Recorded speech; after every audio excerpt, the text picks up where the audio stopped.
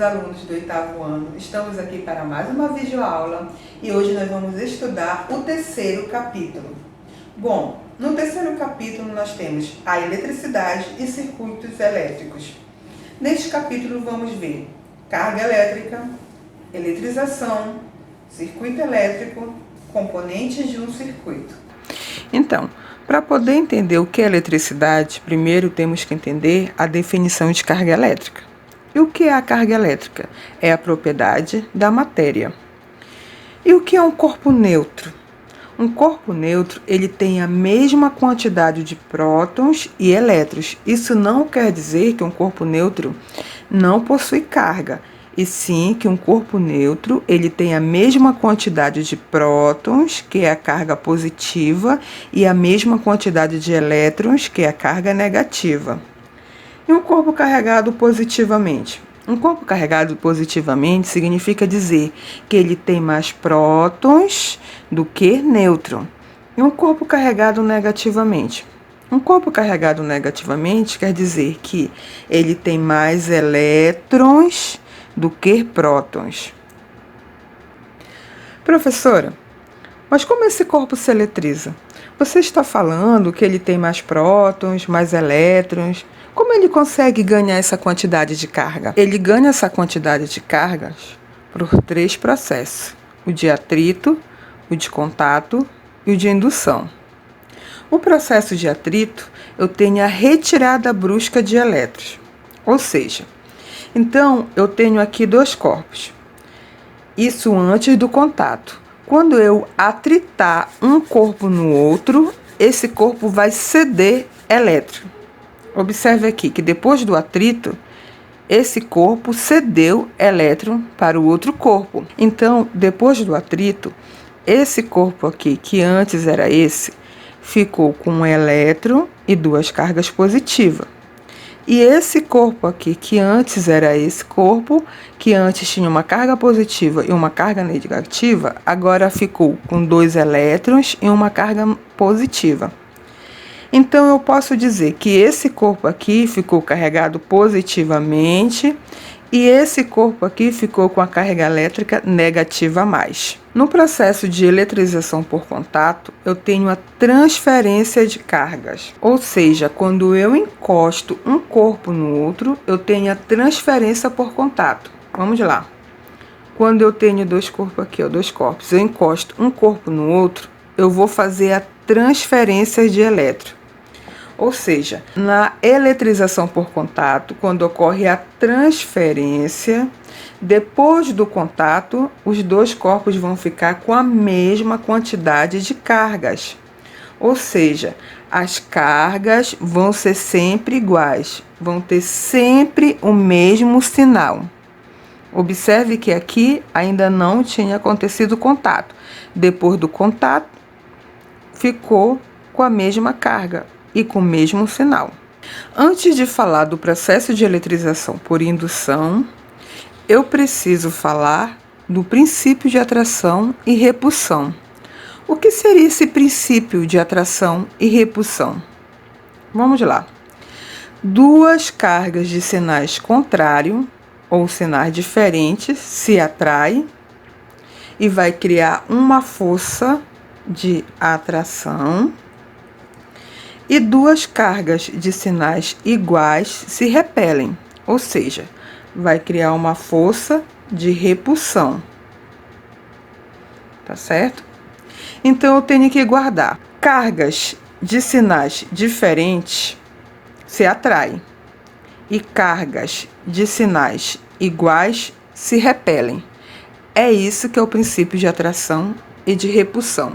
Bom, professora, então, e o processo de eletrização por indução?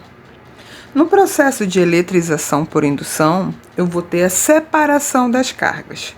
Eu vou ter o indutor e o induzindo. Isso aqui é antes de ocorrer o processo de indução. No processo de indução, eu não tenho o processo por atrito e nem o processo por contato. Então, eu apenas aproximo um corpo um do outro. Quando eu aproximo esse corpo aqui um do outro. Eu não vi que cargas de sinais diferentes se atraem e cargas de sinais iguais se repelem? Então, se eu aproximar o indutor do induzido, o indutor ele não é positivo. Então, quando eu aproximo eles dois, toda a carga do induzido ele vai aproximar do indutor. O que vai acontecer aqui? Como o indutor é positivo, toda a carga do induzido negativa vai aproximar aqui para esse lado, e desse lado direito aqui vai ficar somente a carga positiva. Mas, professora, se eu afastar um indutor do induzido, o que vai acontecer? O que vai acontecer é que esse aqui ficou positivo e esse aqui ficou... Mas, professora, por que esse aqui ficou negativo? Vamos entender. Se eu pegar um fio terra e ligar aqui esse corpo, o que acontece? Os elétrons que estão aqui, eles vão subir. Mas por que eles vão subir? Porque o meu indutor que está aqui, ele é positivo. Então, ele vai ficar um corpo carregado negativamente. Mas, professora, e se fosse ao contrário? E se o meu indutor fosse negativo? O que ia acontecer? Vamos lá. Se o meu indutor fosse negativo, o que ia acontecer? Os prótons iam se aproximar e os meus elétrons iriam afastar. Então, quando eu ligo o fio terra, ao invés dos elétrons subir, o que vai acontecer? Eles vão descer.